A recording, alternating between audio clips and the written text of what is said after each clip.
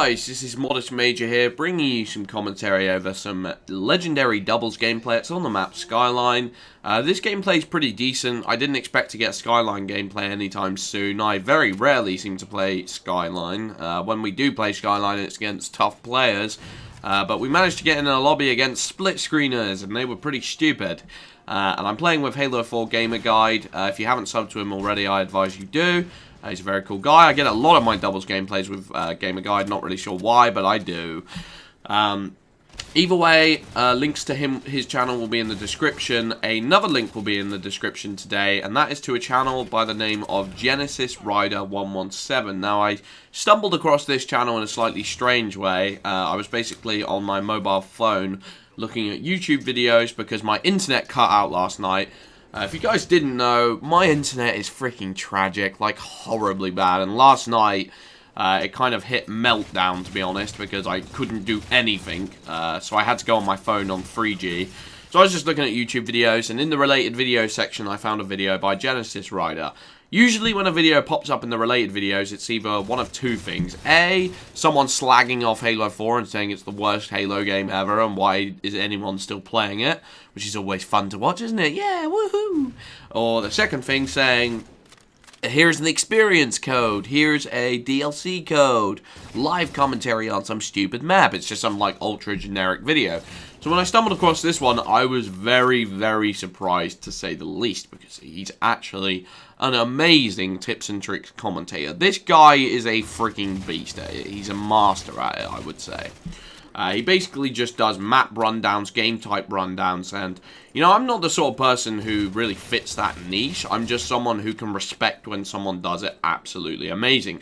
To be honest, that's why I fell in love with BBK Dragoon's channel in the beginning, because you know that he had such a passion for the underlying gameplay mechanics and just the way that the game worked, and he managed to bring it to life in such an entertaining and charismatic way. So I just fell in love with his channel immediately. The funny thing was, I wasn't even playing Halo Reach at the time. I thought it was a bad game, but he managed to put that game in a spotlight that made it so fascinating to watch. And the same could be said of Genesis Rider 117. The way he runs down maps, gameplay, tips, tricks is utterly fascinating to watch. He's got a very good understanding of the game and how the power weapons work and when you should take them at the right time. He's one of my favorite channels I've stumbled across in quite some time, and he really takes Halo 4 seriously. I feel like some people either A, use Halo 4 as their backup game, or B, treat Halo 4 as a very, very casual experience, which to a lot of people it is. To me, in some ways, when I play the gameplay, I play it in a casual way. I just want to pub stomp. I'm not necessarily concerned about the win or trying to be the best player. I just want to, you know, have fun and rack up power weapons. But this guy definitely has a respect for the underlying game mechanics and how the game works and how the game should be played. And a lot of the time, he ends up destroying people who are even good. So I cannot shout this guy out enough. I seriously recommend you subscribe to him. It would make me a very happy guy.